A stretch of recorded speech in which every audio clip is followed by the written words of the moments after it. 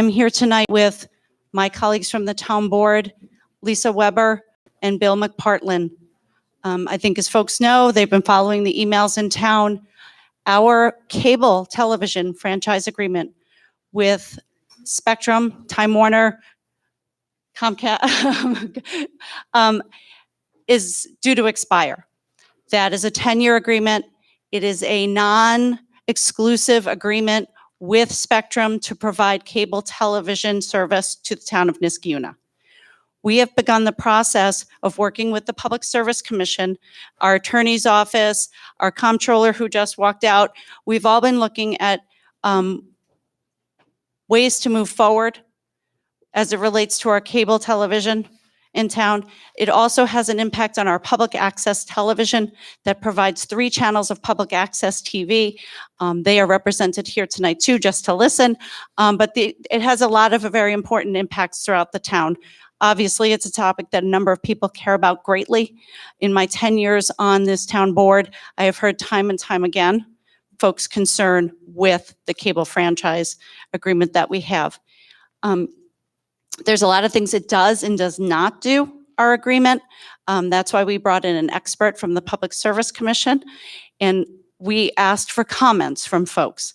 This is not a real formal hearing. This is, very similarly, and I'm looking at some familiar faces, the way we handled the Holocaust Memorial conversation.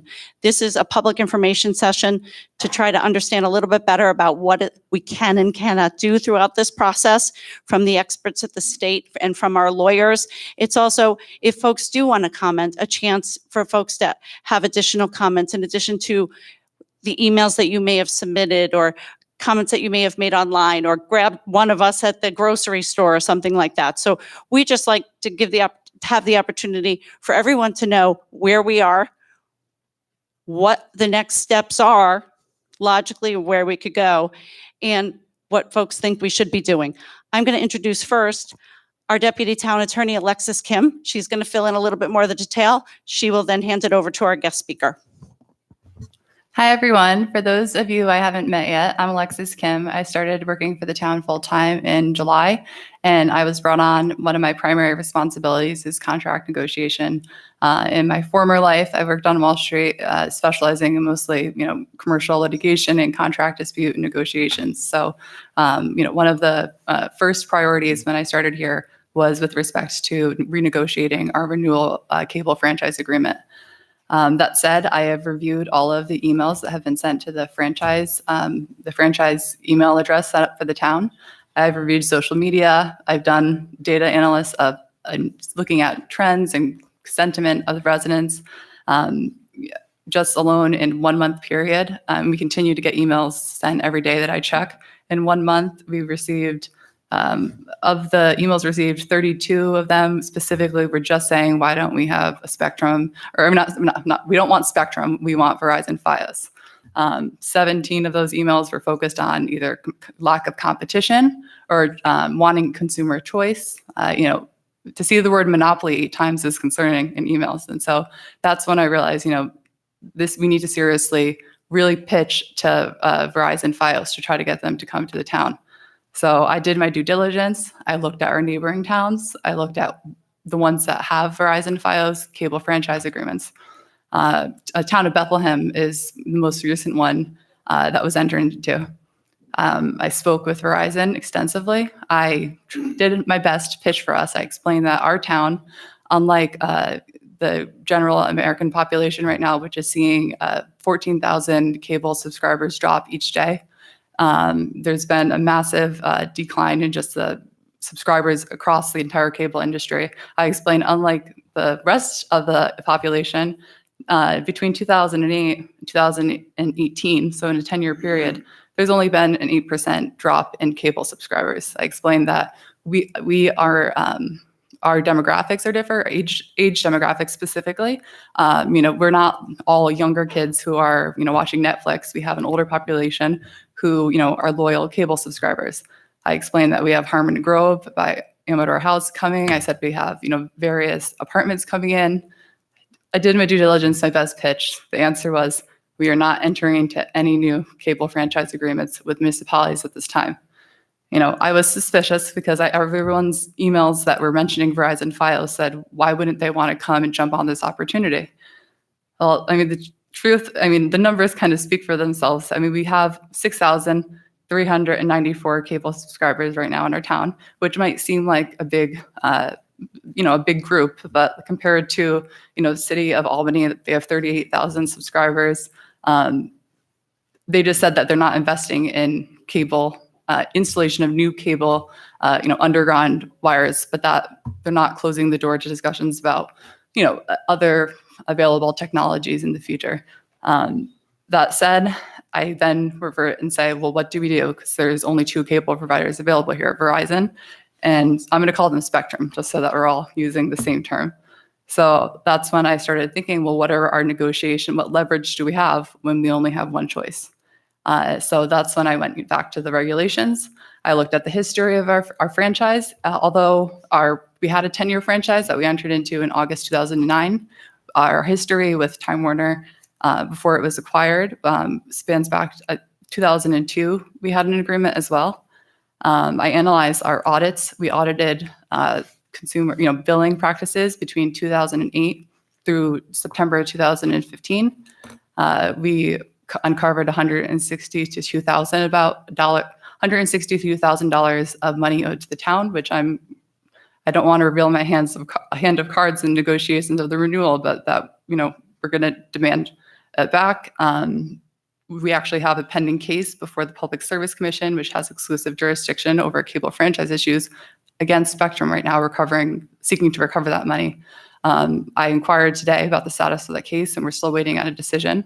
But I think the renewal process is going to speed up, resolution of getting that money back. With respect to what our options are, that's when I went to the Public Service Commission. I said, people don't want cable from, I can't speak for everyone. The people who have spoken have voiced a very strong sentiment that they have consistent problems with, channels being dropped. And I get those, I requested, and I've been reviewing every time there's a price increase, every time I just saw they dropped Disney Channel, I've been reviewing those notices and saying, what can we do to make these either more transparent? What can we do in our cable franchise renewal that will, prevent or, address these customer service issues? So that's when I went to Carol, and because all cable franchise agreements need to be approved by the Public Service Commission before they are effective. Since we're operating under an expired cable franchise agreement, and I think we have a long ways to go with renewal, because like I said, this is the beginning of a conversation. I'm open to hear as many comments. I know that this has been an ongoing issue that people are very frustrated about. So we're actually going to be receiving basically an extension allowing us to continue negotiations and operating under our expired cable franchise agreement so that we can take the time to seriously consider how to move forward and incorporate all of the issues that have been brought to our attention. So with that said, that's when I shared the reoccurring questions that I received via email. Why don't we have a choice? What can we do about customer service? What do we do when there's an outage? Why do we have to affirmatively call and ask for our money back? And so that's why I asked our expert here to come in and answer questions. They have jurisdiction, as does the federal government, the FCC. So with that said, I will turn it over to Carol to just cover some high-level, points, and then there'll be a question and answer session. Thanks so much, Alexis. My name is Carol McTagg. I'm a utility analyst within the Office of Telecommunications within the Department of Public Service. My function primarily is to assist municipalities with their franchise negotiations, whether they're getting a new certificate of confirmation or they are renewing the franchise that has expired or will due to be expired. I checked with my records, and the franchise with the town expired August 28th of this year. However, the Department of Public Service, through delegated authority from the Office of Telecommunications, will be issuing what's called temporary operating authority. Temporary operating authority is basically a letter to both the town and to we'll call it Spectrum. We can call it Charter, we can call it whatever, but just for continuity, I'll call it Spectrum. A letter will be sent to the town and Spectrum stating that the terms and conditions of the existing agreement will be set forth in place. The company is required to comply with all the current terms and conditions of the agreement. The franchise fee will still be paid. Cable service will still be ongoing. And whatever requirements the company has to comply with in the agreement will still have to be honored.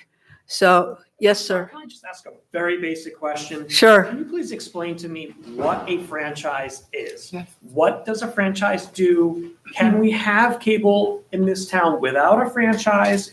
Can you just kind of step back a little bit and just paint a picture for us? Just go. Sure. Yeah, I was, yep, that was my next topic. I was just giving you right now a status of what the franchise is. Great. Thank And then I was going to explain what the franchise is and all of that. you. Wonderful. I did not want people to think because the franchise has expired that requires the company to basically turn off the cable service. They cannot do that.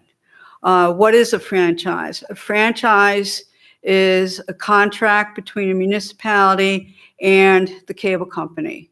Under federal law, a company must have a franchise. It can be termed in different ways, but in New York State, it's called a franchise. A company cannot legally, especially under Section 219 of the Public Service Law, a cable company cannot utilize the public rights of way for a cable television service. And I emphasize cable television because that is what a franchise applies to. Internet service and telephone is not considered to be a requirement of the franchise agreement. So when we're talking about a cable television franchise, that's exactly what we're talking about, cable television. Internet service has been deemed an information service by the FCC and is not a regulated entity. So we are talking only about cable television. Yes, sir. Would that be equivalent to, let's say, a solicitor needs a solicitor's permit for a DBA needs a DBA? The term franchise fee is just a licensing terminology for you to conduct business within our community? Similar to a license agreement, but unlike a license agreement where it's a fee that's negotiable, a federal law says the municipality is in charge of administering the cable franchise agreement. So the town has to be the watchdog of our cable franchise agreement. In return, the federal law gives us 5% of the revenue generated from cable franchise subscriptions within the town. So one benefit is that this is one of our largest sources of non-taxable revenue for the town. 2018, despite the drop in the cable industry, brought in of $397,000 in cable franchise fees. That was 5% of the total collected. But that amount is not, we could ask for less, but the federal law says capped at 5% of what we can receive. And that's consistent with, why would we ask for 4? It's beneficial because it means that we don't have to look to increasing taxes or, grants. So I'll turn it back to our expert. That funding for things like this, broadcast this meeting, to pay for our public access Exactly. television. Yeah, we're not just. You mentioned some numbers, sorry to interrupt there. I saw the statements of the Public Service Commission. The data that was provided there really ended around 2013 in the documents. Is there a packet that might have the actual franchise agreements, the numbers, how it impacts the towns? So are you referring to all the mini-brewing municipalities, or are you referring specifically to Niskuna? Niskuna, I went back into all of our archives. I had our IT, Bill Lawrence, go through every email ever sent involving franchise fees, which now my inbox is full with all of those emails. Well, all franchises are also available on the DPS website. So if you go into www.dps, like davidpaulsam.com, you will be able to download the franchise agreements. So in fact, I've got an extra copy here if you would Yeah, like the it. franchise agreement is posted on our town website. If there's any difficulty finding it, I'd be happy to either, recirculate. I also can share with you the link of the pending case before the Public Service Commission. That case has all of the filings publicly available, and it shows all of the data between 2008 through September 30th, 2016. What is the current revenue that we're getting, and what's the decline of that? It's been, Just understand. like I said, Niskayuna, and then I want to get back to kind of doing, because a lot of these questions hopefully will be addressed. Carol, I've been on the phone with her saying, oh, here is everyone's questions, prepare all day. She asked, oh, do you think this is going to be all night? I said, cancel your plans. So that said, I'll turn it back to her, but in respect to your question, because Niskayuna, we have a pretty loyal cable subscriber base. It's remained, around the 2009, $335,000 brought in 1 year. We get paid quarterly. Right now, I can't speak specifically because we're just seeing second quarter payments around 96,000. It's a very predictable source of revenue. But that said, it's because we were tasked with overseeing the policing the cable franchise agreement. So I'll turn it back to Carol. I just want to give you my own email address because I know this conversation can solicit a lot of questions and comments. So why don't I just give you my email address because this topic could easily go on for days. My email address is Carol, CAROL .MCTAG is in girl, UE, at the initials dps.ny.gov. That's my primary email address. And if you didn't get, not to cut you off, if you didn't get that, mine's really easy. It's akim@niskayuna.org, and I'd be happy to pass you all along to Carol if you forgot to write that one down. Because really, I know this is it can be a very contentious topic, and there's a lot of issues that go along with cable television, probably 90% of which we can't get to tonight. So let either Alexis or myself know if you have any questions or comments for further follow-up. Getting back to what a franchise agreement is. A franchise agreement, as I said, is a document that is negotiated between the municipality and the cable company. The franchise term can be up to 15 years. That doesn't mean that a municipality is required to have a 15-year term, but that is a negotiable item. The process itself is basically twofold. The company is presumed, and it's important to know this, the company is presumed to have a right of renewal unless a municipality can prove in a court of law that the company has not lived up to the provisions of the existing agreement, or they're not willing to meet the future cable-related needs of the community when you take into consideration the cost and the technical requirements of what is being asked for. So a question often arises, well, because the franchise is expiring, we can just, get a new company in. Well, that's not entirely true because there is a presumption of renewal. The town would have to have a strong case and put on record that the company has just not been complying with whatever the term is when given a chance to remedy whatever that problem was. Or they're simply not willing to meet whatever the needs are of the community. But as I emphasize, taking into consideration the cost and the technical requirements of what is being asked for. So in all practicality, the franchise will be negotiated with Spectrum again. And I know we touched upon this in the very beginning, but all franchises here in New York State are non-exclusive, meaning that a town it does not preclude a town from entering into discussions with another company such as Verizon. In fact, in 2005, the commission modified our rules to make the franchising process more expedient for those companies wishing to come in to a municipality that currently has a provider. So please don't think that the franchise that you have with Spectrum in any way prohibits you from entering into a discussion with another service provider, such as Verizon. So does anybody have, yes, sir? By sheer design of the infrastructure outside, it monopolizes it. There's no way. Without having FiOS, without having it proper, complete, Well, it's partially built, but it's not completed. Therefore, the monopoly makes it exclusive rather than non-exclusive. I mean, I think the term, It's a cable, excuse me, the cable, I'm not to cut you off, but your terminology says cable service provider, where it's no longer a cable service provider. It's actually an internet service provider. It's a telephone provider. It's an all-encompassing.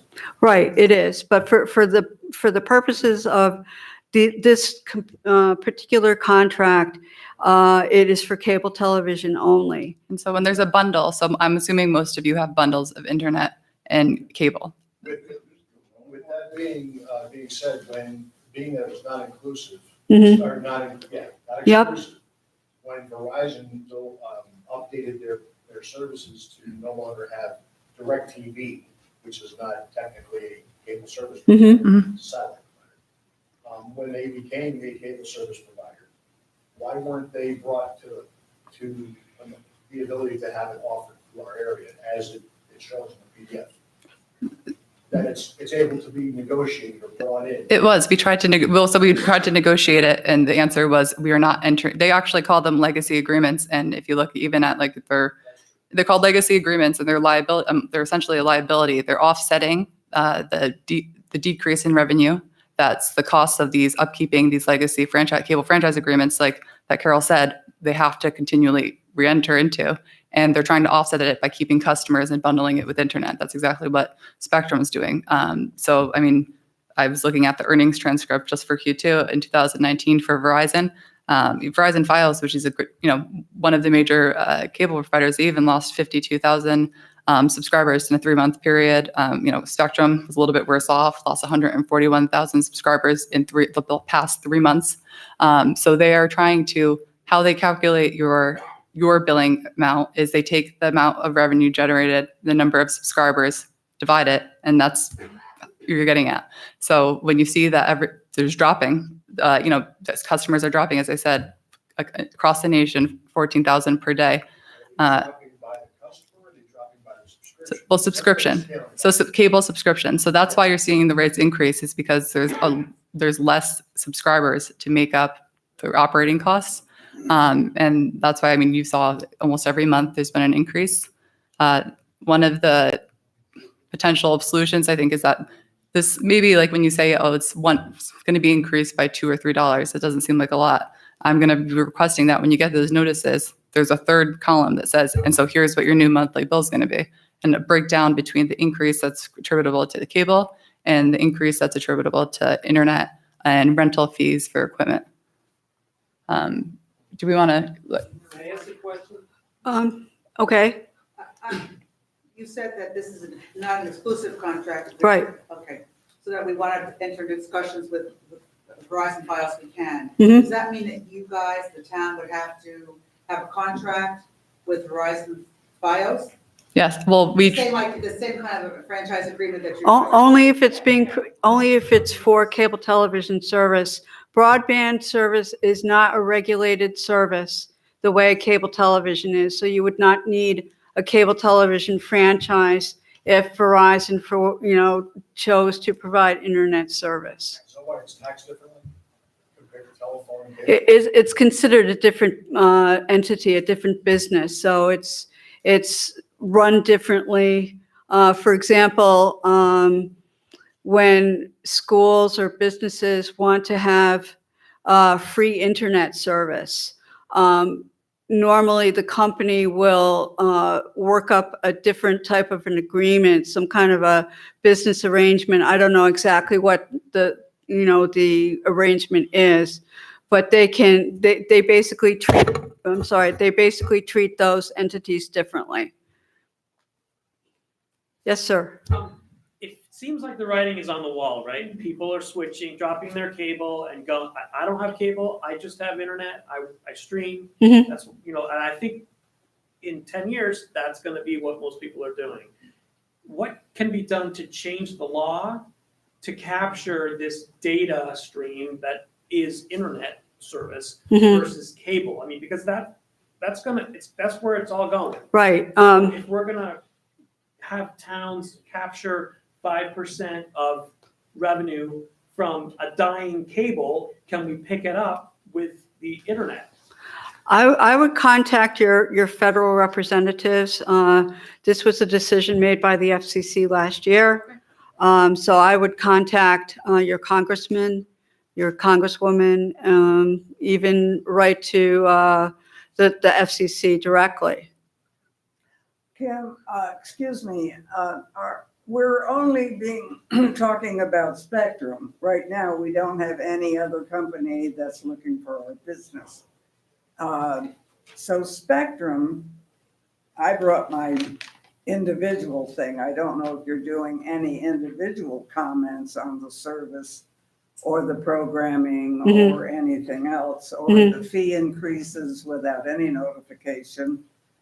With the dropping of certain programming that you had already Mhm. mentioned. So where do we address these problems? I'm not thoroughly thrilled with Spectrum. I do know it's a benefit, the contractor franchise has a benefit for our town. And I really thought that that was the basic idea. Mhm. The town has so many people and that the town benefits from the number of people that deal with the franchise. But personally, as a longtime user, first it was Verizon, Mhm. now it's Spectrum. And we probably, other than DirecTV, we don't have a lot of options. I'm just a basic bundle, three Mhm. kinds of customer of Spectrum. Mhm. But I don't know whether Spectrum is really doing the individual any good. You call up for a complaint and they give you, well, this is the way it is and blah, blah, blah. So I thought tonight might be a little bit more exploratory as to the benefits of Spectrum to the residents of the town and not just the fact that they're the only ones. Apparently, we don't have a contract, or anyone is not interested in Vias. So could you expand a little bit more on the town's franchise benefits rather than the Spectrum benefit? Well, I think there's a number of ways that customer service and consumer protection standards can be tackled. Number one, I think it's important for municipalities, not just the town of Niskayuna, but all municipalities, to have ombudsmen, people who are liaisons between the municipality and the cable company. Franchises are meant to be fluid and ongoing. Very often municipalities will just look at their agreement either when the franchise is due to expire or has expired. It's really meant to, there are requirements built into these franchises. Take a look at yours. I think yours is pretty extensive as far as requirements. Companies such as Spectrum in this franchise, the municipality can ask for books and records.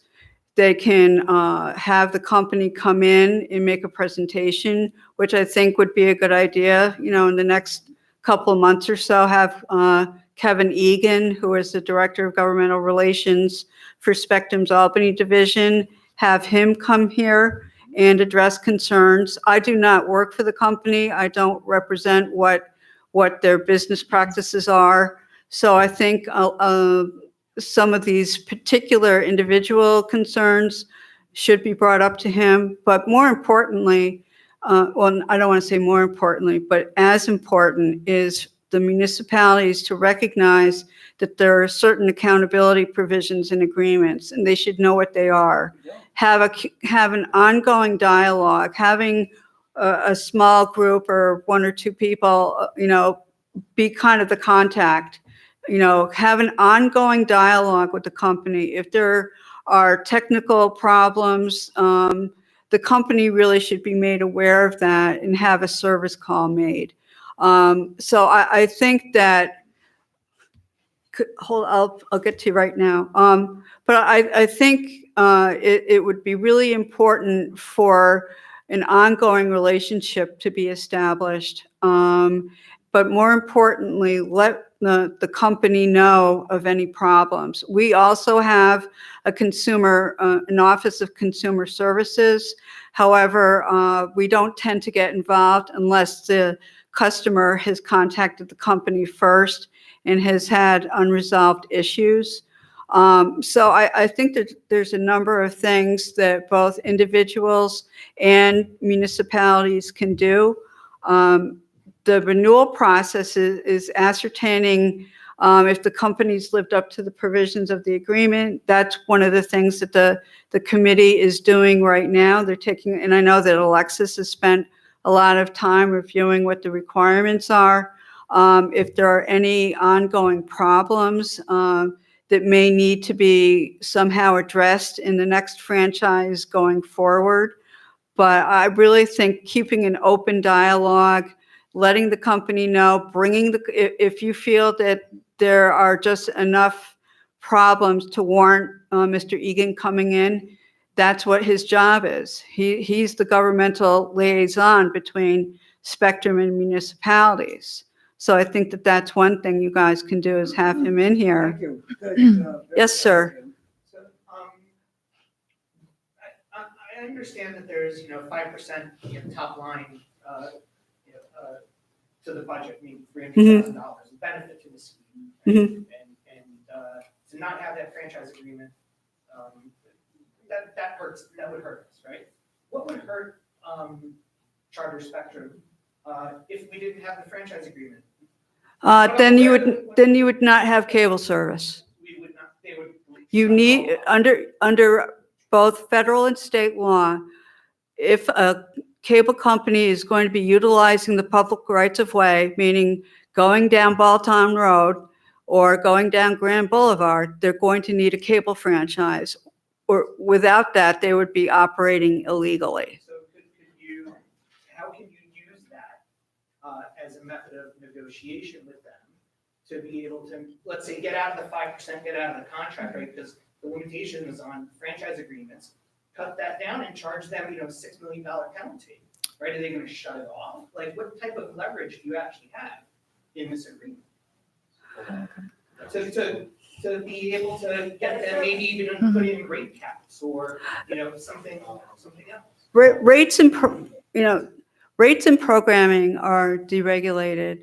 And I think I'm hearing enough concern that I believe the company can answer some of these questions. Basically, what I'm here to say to you is that because there is a presumption of renewal, that the town can discuss earnestly with Spectrum those concerns. And quite frankly, it doesn't really require a renewal to have a company come in and hear the comments, the complaints of the town, of the subscribers, of the constituents. Yes, sir. The misunderstanding about the 5% is actually really. What's happening is we're all going from a $300 cable bill down to streaming of $80. Right. So you're going to see we're all going to see a noticeable lower 5% being Mhm. spent, obviously. Correct. So we're evolving. This is nothing more than that. When we used to pay 6 cents a minute on our phone bills a long time ago. This is where we're at now. So Time Warner, when they were taking over, everything grandfathered in. Spectrum was just letting things just go with the flow while we're currently in the contract. That's what we're all dealing with. The misunderstanding is that we have not had the evolution of technology as fast as it is right now on our phones, are actually as fast as Time Warner was when we first got it Roadrunner into our houses, which is hilarious. But like for instance, the subscription that I have, I got rid of cable completely.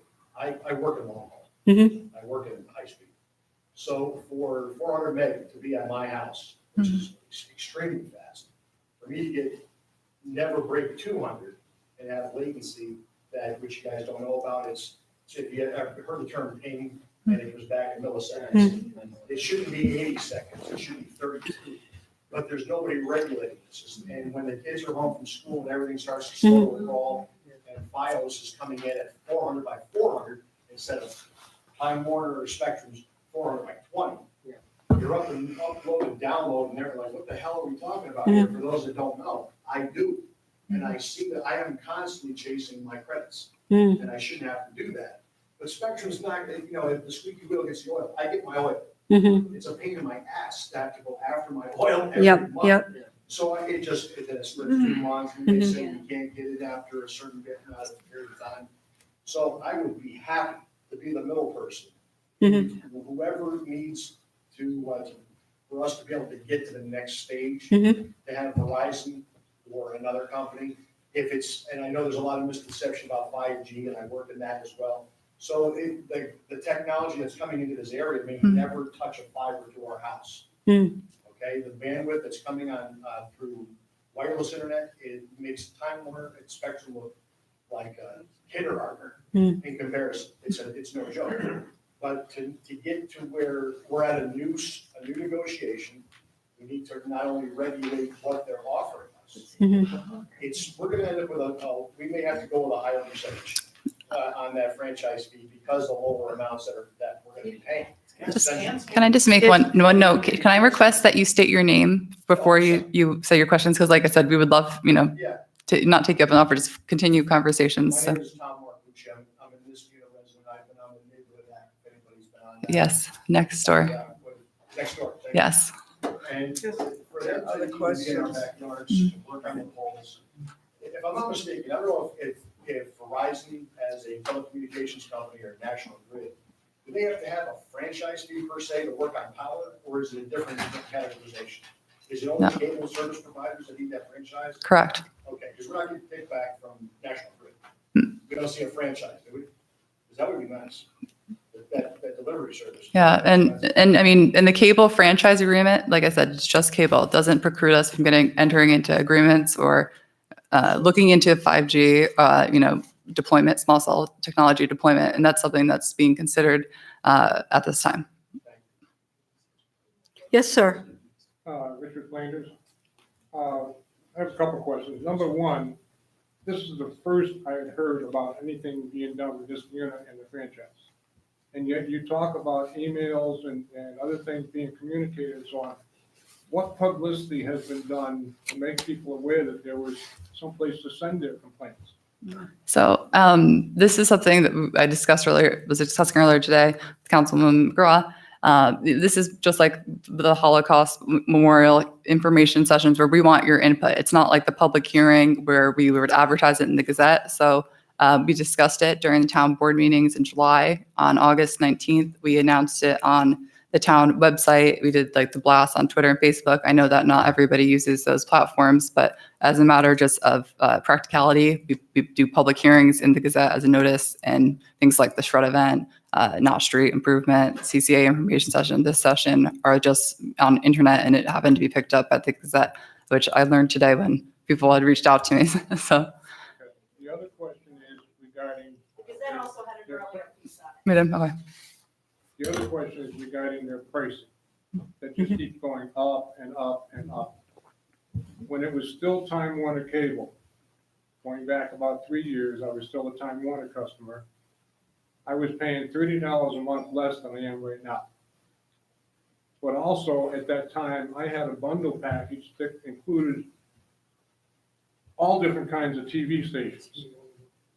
Right now, I'm on strictly the expanded basic, almost the bare minimum TV package that I can get. And still, the TV portion of the bill alone is $100 a month. And it used to be like 70. And when it was Time Warner, you could call up and complain about it, and they would find some other kind of package for you to keep the price down. Since Spectrum took over, they don't even want to talk to you. All they say is, like I'll ask them, well, how come a new customer can pay half the price that I'm doing? And all they come back with is, well, that's only good for a year or 2 years, whatever it is. Right? I've been a customer for over 30 years. Myself and other long-term customers are paying for those new ones, getting it at half price. Right? What can be done with this franchise talking about getting the price down on long-term customers? Because we're the ones that are supporting them, we're carrying them, and we just keep paying more and more. In addition to a lot of conversation lately on the internet and the newspaper and so on, the fees, the added fees added on, tacked on and so on. They just keep going up and up. And so hopefully you're addressing those issues along with the franchise talk. Well, rates are unfortunately deregulated, but I think if you if you reached out to Kevin Egan, and I can give you his email address, because basically, again, it's a Spectrum business decision. His email is Kevin, KEVIN.EGAN@charter.com. That's his direct email address. We can bring that up as a topic. However, the town does not have any authority to dictate what the rates or the programming choices are. But that has He's to actually be, basically it has to one. be a complaint of the customers. The pricing has to be one of the complaints. Personally, I have no problem with their service. Anytime we've had a service, they take care of it, they're good on that end. But the pricing is just run out. People are, cutting the cord and finding different streaming devices. They're getting antennas that they can hook up on their Well, house. I'm down by the river, and you got a big hillside beside me. Right. Antenna isn't gonna Well, help me. I know, I don't want it to be really the bearer of bad news, but I'm just telling you honestly, yes, you can bring, the town can bring it up as a subject during negotiations. However, the town does not have the authority to dictate what the rates are. They can make a case for it, but the company is not obligated to act on those recommendations. I understand that, but it still should be a point of. Oh, yes, and Yes, And I would also bring it up individually as a consumer. You can do that as well. I call them every month when I get my bill. So that's something Doesn't that do any good. we're actively trying to address. I mean, for example, say there's the programming, they're dropping programming that it should clearly say that you have a grace period to subscribe from like the more premium to the more basic, because you're, like I'm falling back to Disney because that's the most recent one. That's in the more premier, and you want to drop back to the basic one. That is one of your rights under federal and state regulations to cancel. That's not explicitly stated, and there's no way really a consumer would know that. So it just is the more transparency and information rather than having for you guys to have to research your own rights. Additionally, I mean, one of the things we were considering is having a 1-point phone number. I mean, that's something I'm going to bring up in renewal negotiations so that you're not waiting on hold. But the one difficulty is that the bundling, because we only can really address the cable issues. So, but it's something that we're really pushing for. I'll entertain a few more questions, but I would like to keep going with what the franchising process is about. Sir? Let me try and make this simple. I think the number one complaint is probably the price on the bill and the price going up. And also when you have no regulation and we have basically one choice. So when it's deregulated and someone drops out, like if my brother decides to cancel cable like he did last week because of the price, that means that price is reflected back on the rest of the residents. So our payment keeps going up monthly. But I think that's the main concern here, is that it's not the 5%. Right. It's that what control do you have with this lease? It seems like you have no control at all, and we have no choice. So I think what we need to do is figure out a way to group it together and go in as a package. So that's just a suggestion. We could talk all night here, but we May I interject on that, if it's all right? Look, I'm sorry, I know your hand has been up there. Yeah, I'm you're trying to not explain the technology itself. Cable TV disappeared. The cable Leslie, license, speak paying up. $12 a month for it, are no longer needed. If you have a smart TV, you can get an app. through the television. That's what my brother. That's now the big box, go to the television. So it's a lack of, it's not knowing where the technology changed. The Disney Channel is now its own channel line, it's an app, everything's an app. So it's, just like on your smartphone, it's, the technology is evolving. But the residents, the residents being taken advantage of that payment. So that whole cable bill is gonna end up, somebody's in this room is gonna end up paying $3,000 a month on a cable bill because everybody went to streaming. So for the people who are, longtime customers, one thing that we are exploring, and Carol has provided me with other sample agreements, is for a certain, I'm calling it a senior discount if you qualify and you're over a certain age and you're under a certain income level. We're just logistically seeing how, who would be responsible within the town for making that determination. And, that's something that we could explore and that other municipalities have included in their franchise agreements for cable. Please call on Leslie. Leslie Gold. Yeah, Leslie Gold. I think the biggest problem with cable is that they've created their own vicious cycle. They keep upping the rates and they keep becoming less responsive. They've made it difficult to interact with them. You call the 800 number, you're apt to get misinformation as accurate information. And if you order equipment, you're just as apt to get the wrong equipment as the correct equipment. And I've had both on the same call. And they will not let you call your local store to see if they've got the equipment you want.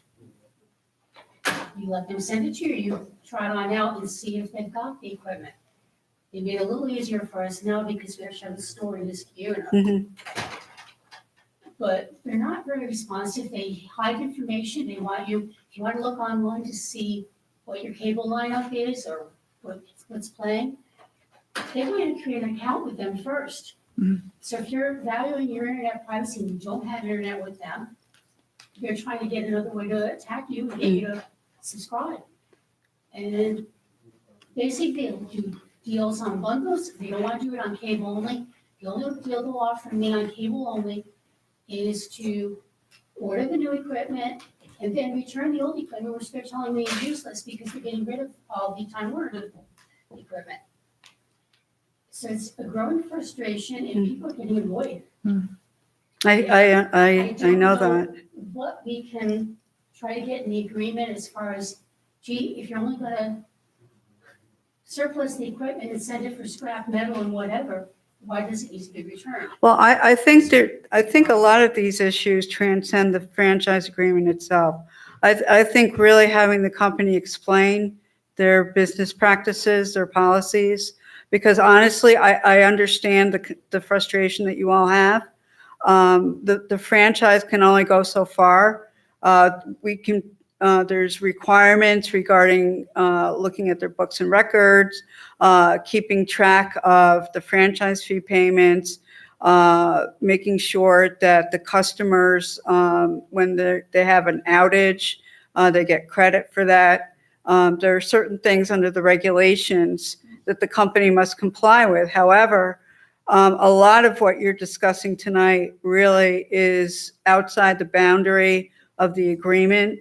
As I said earlier, the town always has the ability to have a company come in here, have a liaison, so there can be an ongoing dialogue so that the company is keenly aware, if they're not already, of what the concerns and the issues are within municipalities.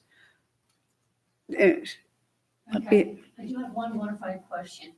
Isn't the franchise fee that they pay to the town passed on to the consumers? Because every time I call about an increase, they said, oh, your franchise fee went up. It is allowable as a line item on a bill, so you will see the franchise fee payment. They've increased it 3 times in the past year, I believe. It's percentage. So it's percentage. It's so they have their gross revenue included in their gross revenue. They're So counting for the it's why it 5%. goes up. Except what- it's nominal. Rates go up. Yeah, so it's nominal. What the franchise fees encompass is, there's a definition in your franchise agreement that delineates all of the services that is equated into the franchise fee. And that is basically passed on as a line item that you will see on a subscriber's bill. And that would, we haven't even touched on public educational and governmental access, but the franchise fees can help offset the support payments for support services for public educational and governmental access. I'll take a couple more questions on rates because I really want to cover a lot more topics. Yes, sir. Bruce Feldman, I have a question with respect to the point that you made a moment ago about the scope of the franchise agreement and what is and what is not negotiable. Mhm. So my specific question has to do with, Alexis mentioned earlier in the discussion, the rental of equipment. This gentleman over here was talking about cable boxes, that's what I'm specifically referring to. Is the rental of equipment and the fees associated with renting equipment, is that a subject that is negotiable within the franchise? Yes, it is. Okay, and how do we get the town to address that? What is the most effective way to get the town of Niskayuna to address that particular point? And I have a proposal which I'd like to make offline, so to speak. But I'm interested in knowing how we address that particular issue, which is an issue for me and an issue for an awful lot of people. The gross revenues of basic, here, I will read what the definition of your gross revenues is.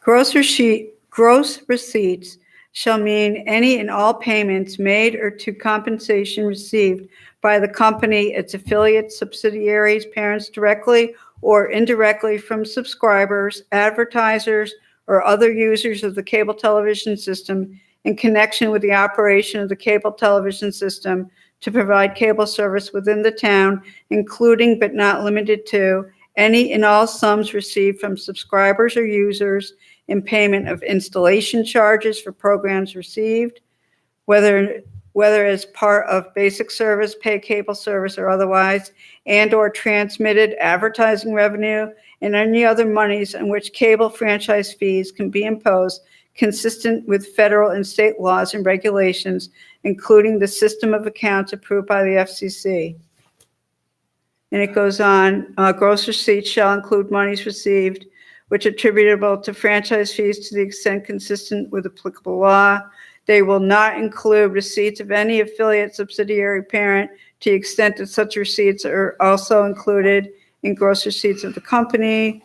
Well, you get the idea. Actually, it was my question. I really don't get the idea, but I appreciate your reading all of that. My specific question, I think I'm addressing this to the town instead of the attorney. Okay. And not to the town of public service, but my specific question is, if the town is legally entitled to negotiate for an adjustment of and/or an elimination of equipment rental fees in order to obtain cable TV service, is the town A, aware of that? And B, how does the town intend to approach that? If the town hasn't thought about it, how do we get the town to think about that? It's something that's been thought, I've reviewed in the emails I've reviewed, and I think it was a $7 increase just this past month taking effect just for rentals.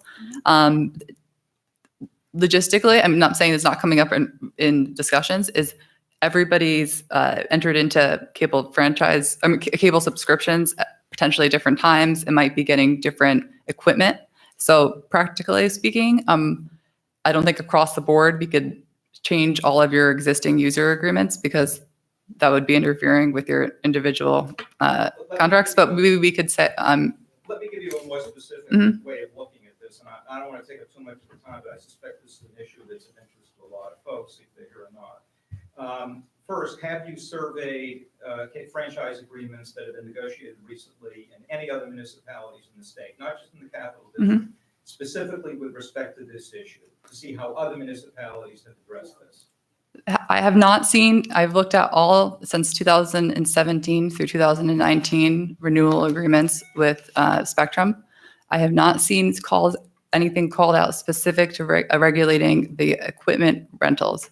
Where you see it is if you increase the amount of money they need to pay up front when you enter into the agreement and throughout the lifetime of the agreement for things like providing us studio equipment that we use to have our public access channels, or providing, I'm calling it upgrades, providing the TV services at public facilities, or that's how, where I've seen, so you had mentioned, sir, that why don't we just, make them pay us, I think, $6 million.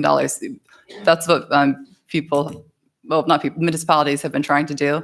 That said, unfortunately, the FCC in August 2019 issued a report saying that to the extent that the demands are excessive, meaning we say build us a baseball stadium, that is now included in our cap of the 5%.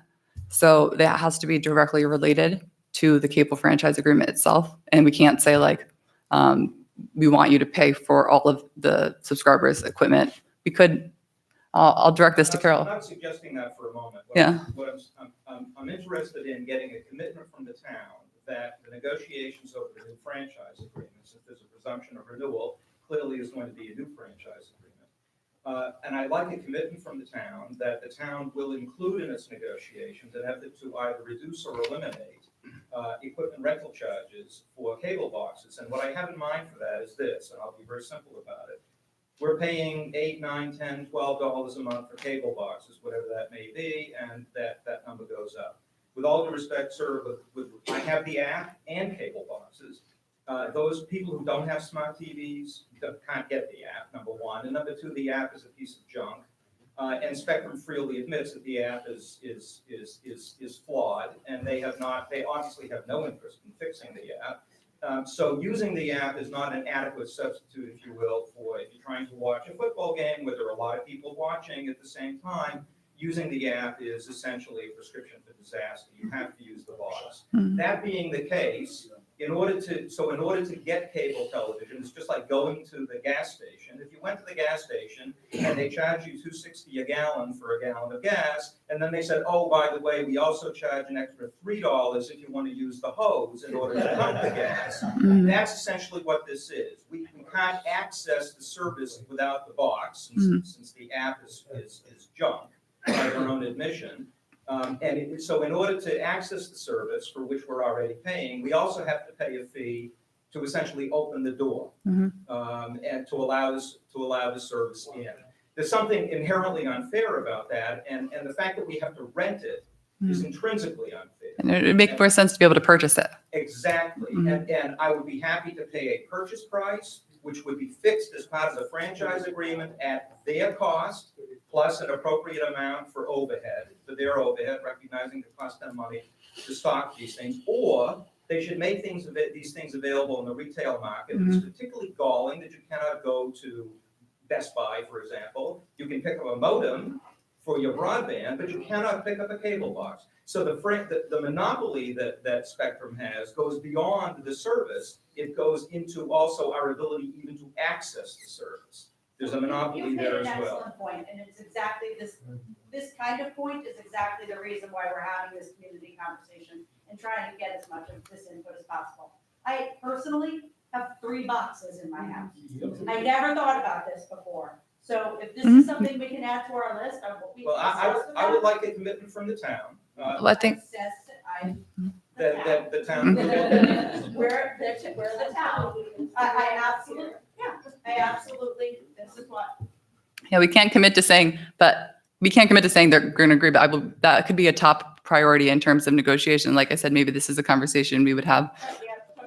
Yeah, but if people would be willing to pay, would an option be better? Either you pay the rental fee or you buy it, or would it be, everyone has to then buy it, within a certain number of days of renewing our cable franchise agreement? It's something that maybe people don't put This is the on. first time in 40 or more years that I've lived here that we've had any conversation with the people on the franchise. It was always assumed that the town council and supervisor would negotiate the franchise, and it would give us all these little benefits for the school and the town. Well, obviously, we are paying that in our individual fees. I do suggest that no franchise be signed into contract until we have another session where people can come and talk to, as you say, the Mr. Egan or whatever his name is, and complain to him. As I said, I did bring my bill, and on the back of it, it tells you about if you have complaints, call this number, call that number, but I don't see Mr. Egan's name. And that is the plan. So we didn't want to bring him in the first stage because, like I said, this was supposed to be an I feel- mean, all of these individual concerns are no matter unless the point of the Spectrum company who wants to do business here is here. Exactly. Everyone should be hearing this. And I do appreciate Carol's coming and trying to tell us about franchise.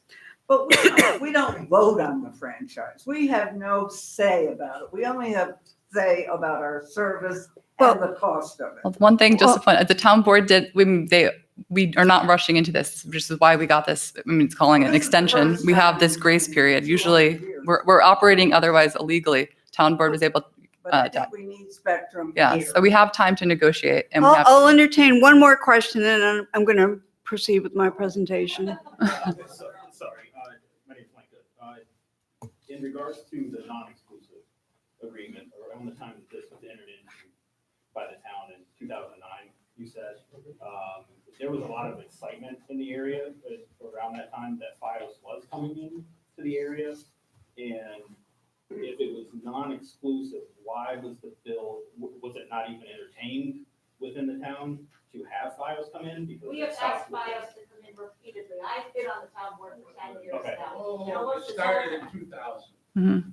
If you go down the street Yeah. where the division between Schenectady and Muskegon is, Mhm. you see the wires Oh, yeah. were already coming down, and they entered an agreement with Time Warner, and they cut it off.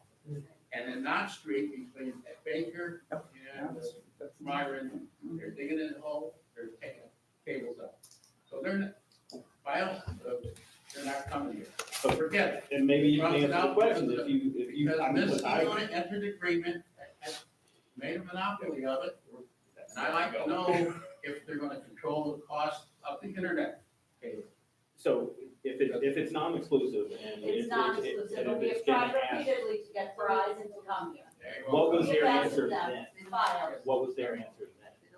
Their answer has been consistently a variety of things, but by and large, it's been about the equipment itself out on the street. This unit does not have street poles, and it's easier for them to string cable on street poles. For most of the So really units in this all unit that's were underground wires. It became cost prohibitive. It wasn't an attractive client for them. It wasn't an attractive market because What what year they was would that? have to do. is I'm turn going it with into- Verizon, I'm curious. Pardon me? What year was that you're talking about? I've had a number of conversations with them over the years. That's over the years. Yes, and See, it was cost prohibitive back before they became a cable provider. Okay, fiber to the premise it's a cost that they absorb. Yeah, upfront. It's I okay. don't know, I can only go on what we've said, but I mean, Understood. That's where the evolutions, where Yeah. like 2009, around that time, when they officially. like, I've been on the TV town board was since turned- 2009, so since then, that's when we've been, because I've been very interested in this issue personally, that's why I'm sitting here, that's why I've asked them. I work in outside plant, I'm 29 years in the field, so literally, I'm a dirt ball in the field. I know exactly from how it gets from point A to point B, where it comes from, how it works, how it connects, the cost, all I know.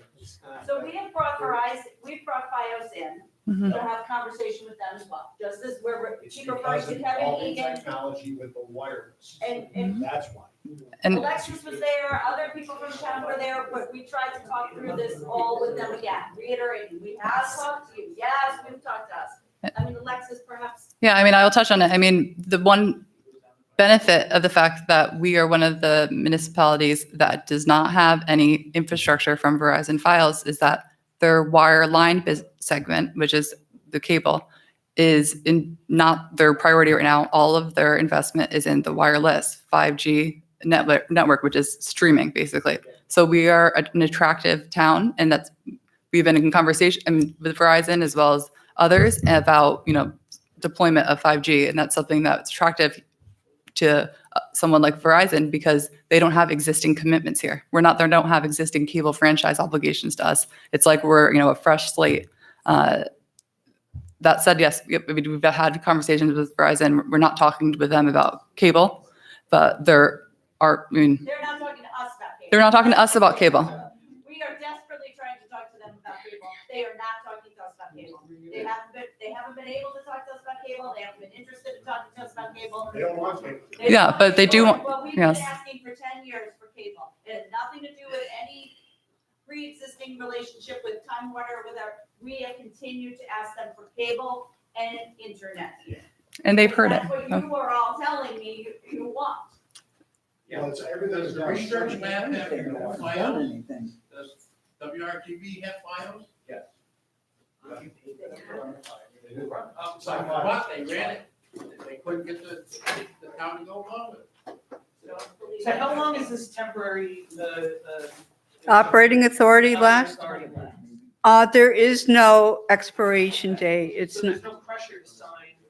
Yeah, and it gives us some leverage. I mean, the more we hear comments like this, the more that we're able to say, this is why we're hesitant to go forward. What I'm concerned about is, my major concern is if you sign a 10-year agreement, it gives us no leverage as technology changes, right?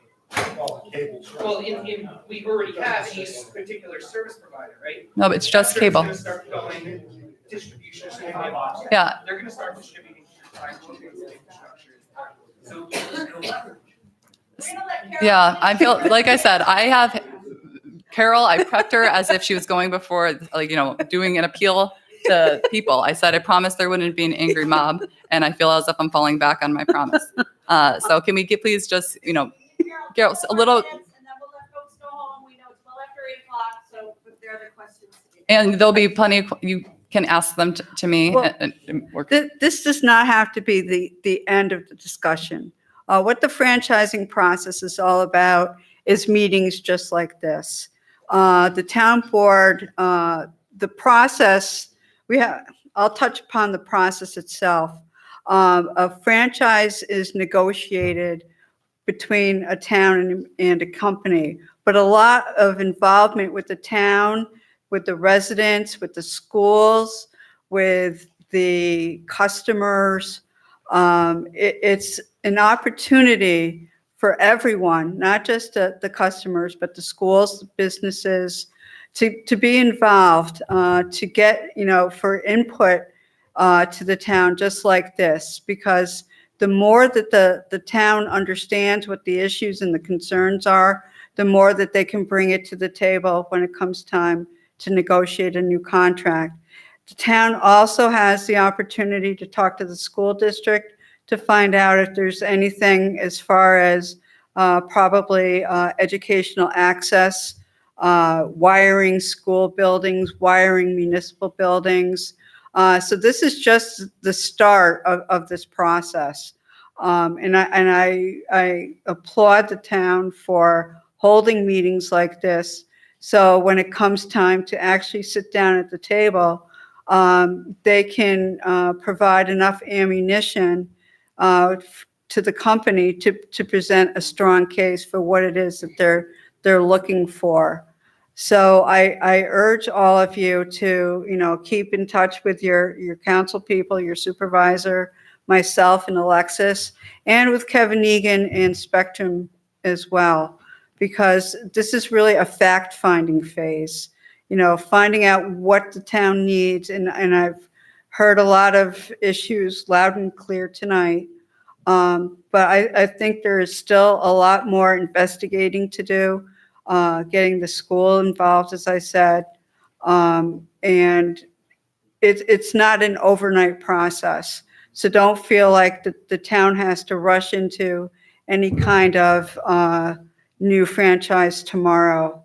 The needs assessment portion, of which this is a part, is really important for the town. And I think that all of your comments will be earnestly considered and brought to the company and brought to the other council members for their consideration. Yes, sir. Quick question for you, ma'am. last year, I think it was, there was a push by the governor to essentially defranchise Spectrum statewide, Uh-huh, in part because Spectrum was not meeting commitments that had made to the Public Service Commission. And I understand that Spectrum agreed to extend broadband service to parts of the state that were underserved or unserved by Yes. broadband. Where does this issue stand with respect to, I don't know if the appropriate word is defranchise, but essentially to bar them from doing business in the state? Where does that issue stand today? Well, a settlement was reached a couple of months ago with Spectrum, and they have an obligation to provide broadband to approximately 145,000 underserved or unserved businesses and residences outside of the city of New York. And I know that our agency works continually with both the Broadband Program Office as well as Spectrum to find out exactly how the deployment of broadband is being utilized throughout the state.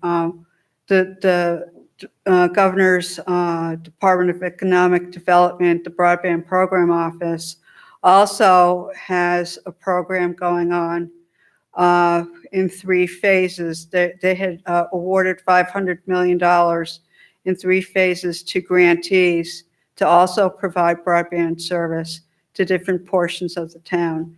So No, do we know if, sorry to interrupt, does the town of Niskuna fall into one of those? I can find that out for you. I can find out if Niskuna is either part of the Broadband Program Office funding or the merger agreement with Charter. And would that preclude municipal broadband initiatives from being funded? No. Dr. Chow? Hi, Gary Chow from this community, obviously. 2 questions. First, what was the number that's owed us through the franchise fees from Spectrum? So it's And over how much time? so there was an audit. We did 2 audits. One was the time period was 2008 through 2014. Our auditors identified $162,000. It was billing in code. I think it was it. So They were billing outside the jurisdiction, and so we accepted. It was not. We didn't sign a release. We just accepted back in 2016 an offer of $91,000. I was saying as part of this process, which our negotiations are ongoing, and that so I don't want to get into too much specificity, but that I think one of the demands would be that since we accepted a $77,000 variance, and then second after that we conducted a second audit, and the audit identified the same issues of $23,000. So that's something that really only $23,000 that we can go after now because we agreed to take less before. it wasn't a form. It wasn't a settlement and release. It was an acceptance of money. The second question is, one of the state regulations, one element of it is that a municipal official is the administrator of the franchise. Who is that person in our town So that dropped this ball, this big, gigantic green ball? So I can't identify who dropped the ball because I've only been here. This is July. I know. Who's the administrator? I know. So administered. So well, I know our Office of the Comptroller receives and works closely with our auditors. So I know our Chief Fiscal Officer Supervisor is recused from this issue. So the comptroller. The regulations state that a person is designated. A municipal employee is designated as the one person who is responsible for this. So there's got to be somebody. I'm looking it up right I now. know it was the former town supervisor, Joe Landry, because his name is on the annual statements. I'm not sure, given my short tenure here, if there officially was some transfer of responsibility due to the recusal of the supervisor from these conversations to the comptroller. But that said, I can try to get you an answer. Okay, thank you. And it's something, we can spell out clearly in the renewal agreement. So there's more accountability on the town with respect to administering the obligations under the renewal agreement. There needs to be. Yes. Thank you. I'm just curious about something. For over 100 years, electric power in the form of AC has been delivered to households throughout the country. And it's considered not a commodity as much as an essential infrastructure service. And so this is a much loftier question, probably more toward Carol. Mhm. But I'm just wondering how fast we need to get to that same type of thinking for the data behind either baseband or broadband cable and the data structures to deliver what we call streaming, which is very generic. Mhm. Where, on your bill, you have a delivery charge and you have a content charge. And you can rent the delivery wires from National Grid, but get your power from wherever you want. There are a lot of options out there, and people are promoting solar now. So I'm just wondering if you have any personal thoughts or through your agency about whether we can get to a point where the essential nature of data to every household and business is similar to what it took us 100 years to realize with power.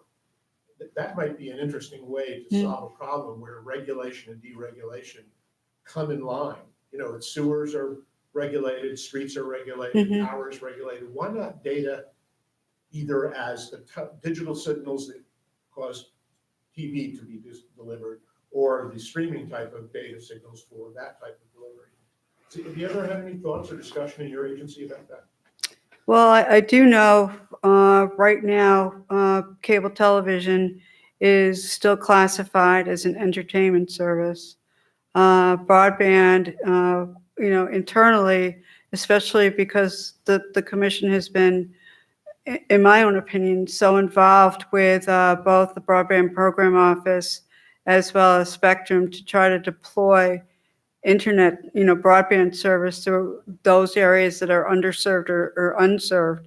I think we all realize the importance of what data and broadband, what it's considered, in our opinion, like a necessity.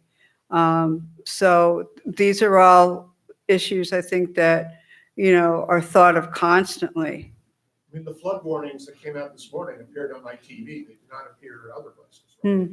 So don't get a phone call. I mean, they do appear on other places. Right. But TV is shifting to an essential Mhm. part of the living experience. Right. And I don't know how the socioeconomic part of it plays in. But anyway, I don't want to ask more questions. Thank Thank you for your answer. Sure. Yeah, I think one thing that we had discussed is the service, is it called Lifeline service? Yes. So that is available for. Yes, I do know that Charter offers a Lifeline broadband service.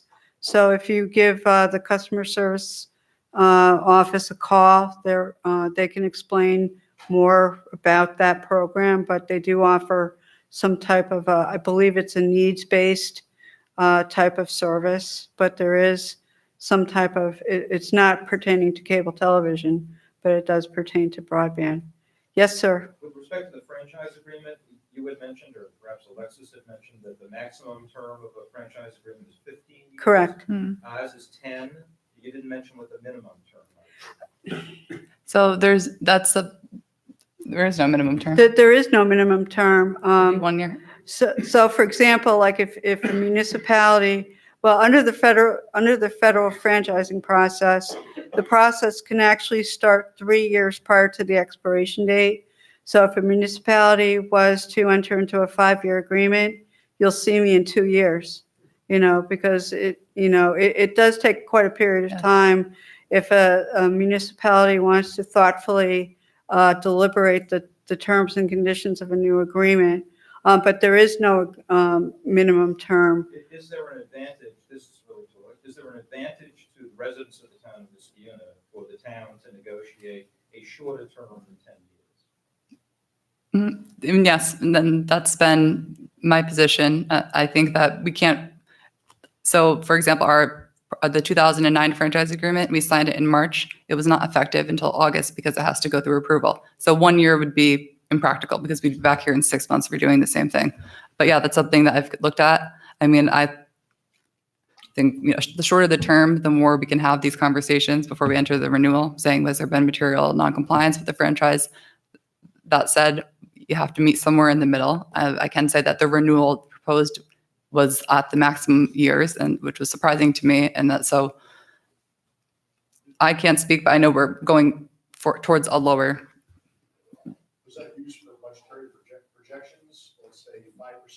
during that 10 years based on the amount of what it used to be. Now that everything is coming down to almost non-existent, with the exception of, because of our limitations of being able to see the quality of certain broadcasts at this point, it hasn't fallen that stuff. Is that why it's at 10-year rather than 3-year or 5-year? Yeah, so 3 years is a number that I think is, given the cable projections, I think 3 years is sufficient because it gives us, 2 years to see if they've improved, and then we can restart the conversation. That said, when they're evaluating their company, they don't want to have to go through and reevaluate the value of the legacy franchise agreements every quarter, every 10K. So that said, it's going to be part of our negotiations. We have to prioritize, do we want the priority to be the equipment? Do we want the priority to be, if they said they want a 15-year, and I come in and say, I want 3 years and I want you to pay for all of the equipment and I want you to pay us back all of the audit findings. I want to conduct another audit between 2016 and 2019. Is that good negotiations? And so, yes, it's a consideration, something that's on the top punch list, but we'll have to have follow-up conversations. When we have Kevin Egan, we're going to invite him here. And hopefully we can then all get a better sense, the town board will get a better sense of what our, must-haves are on the list. Say that they don't want to be their provider anymore and just tell us to swap? Unless they say it's economically infeasible. If Spectrum is deregulated, and this gentleman brought up a great idea, the rental on the box. So if they do eliminate the rental on the box, what's stopping them from raising the price of the total bill? Exactly. That's, How do we franchise this thing to the advantage of the bill? Mhm. Keeping that price either grandfathered in or at a minimum that we can, the rest of us can afford. The complaint is the bill.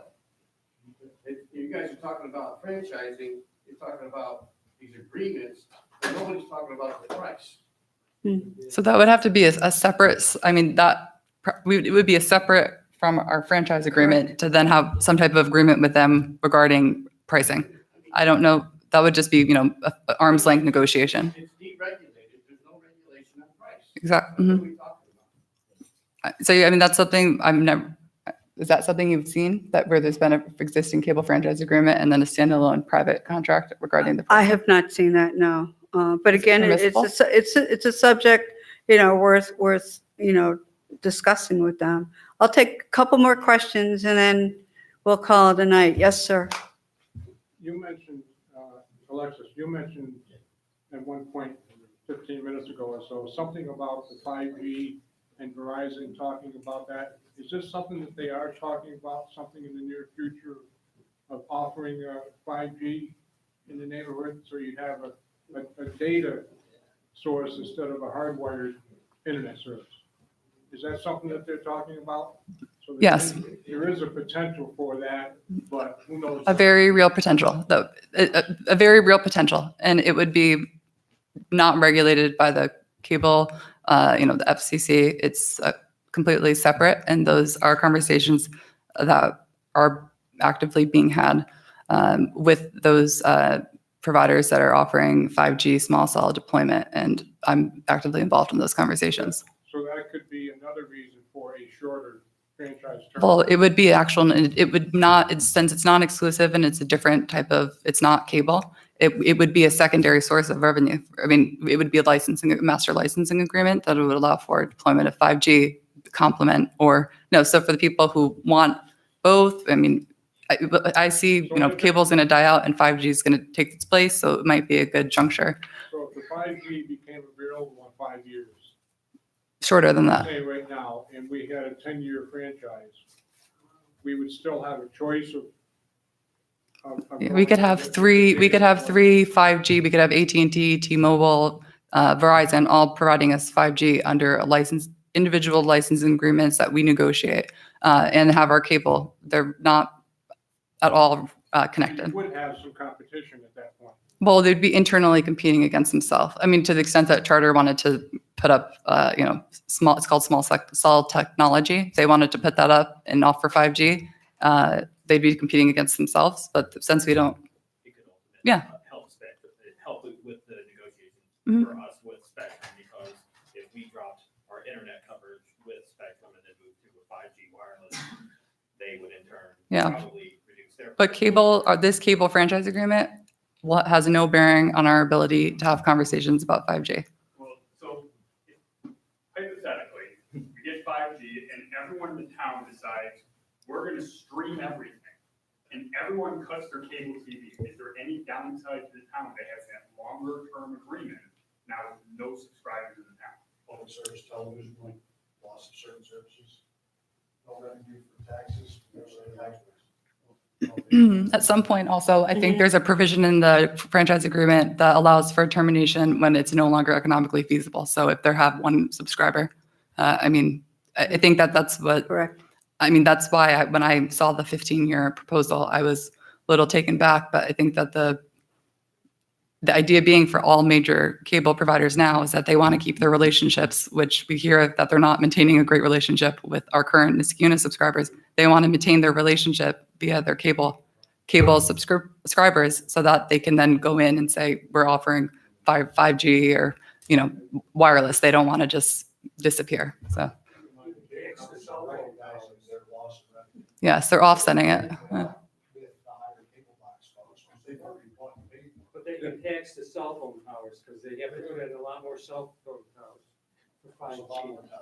I'll entertain one more question. Yes, sir. Prior to this contract, my understanding is that Niskuna was part of a Schenectady County consolidated contract. Are you working with any other municipalities to enter into a larger, agreement so that we are not responsible for administering and maintaining that?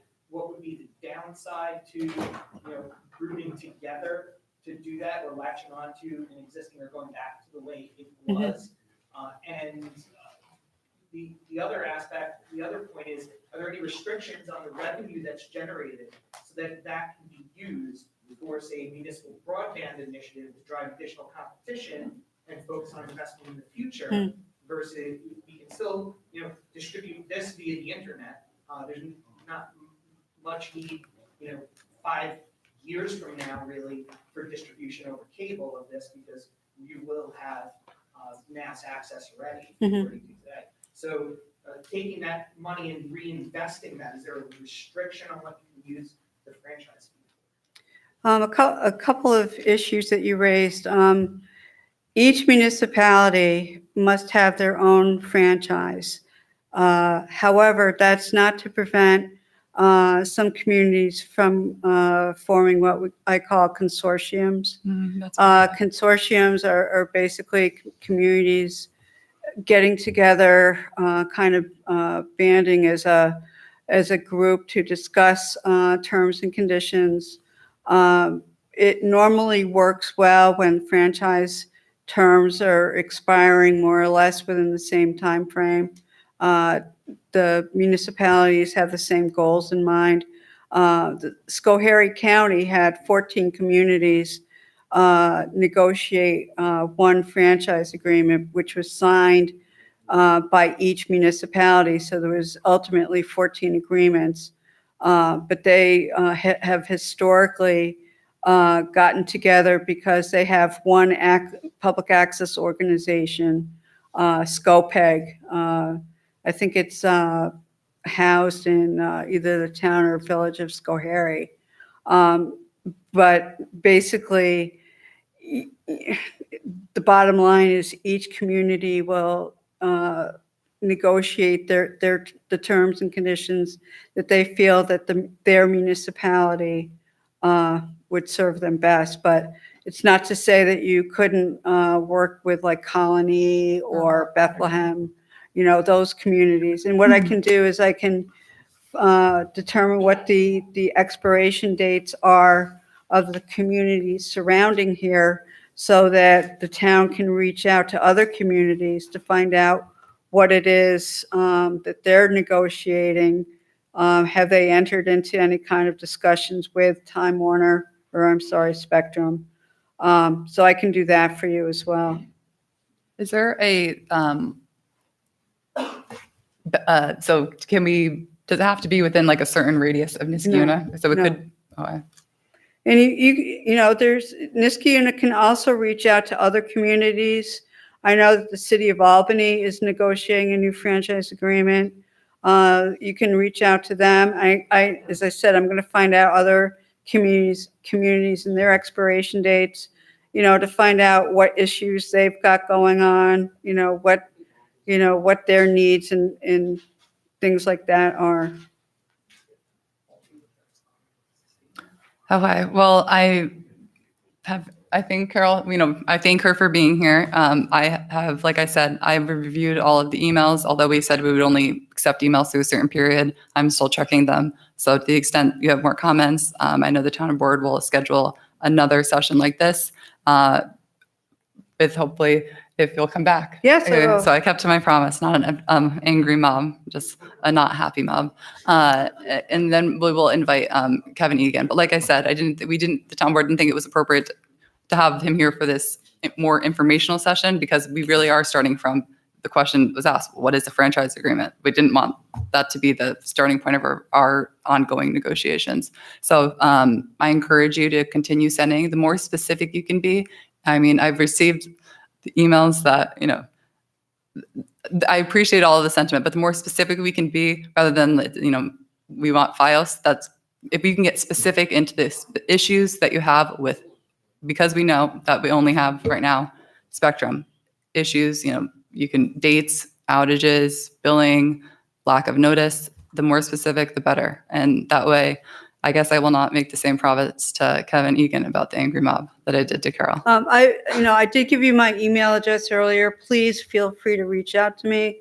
I will get back to you. I know it's tough to try to answer everyone's questions. I know you probably have follow-up issues or concerns, so please feel free to email me, and I can see what I can do. If not, if you would like me to forward on to Mr. Egan any concerns that you have, please let me know, and I can do that as well. Thank you. Hopefully, Thank you. hopefully your next meeting will be Thank you very much. Oh, it was my pleasure. My pleasure. Yes. You take it up with Mr. Wilkin. No, I'm joking. Yes, we will. You did a great job. I think you work with my daughter. Okay. Kelly Oh, yeah. Hildebrand? Gary, I work with Gary Hildenbrandt. No,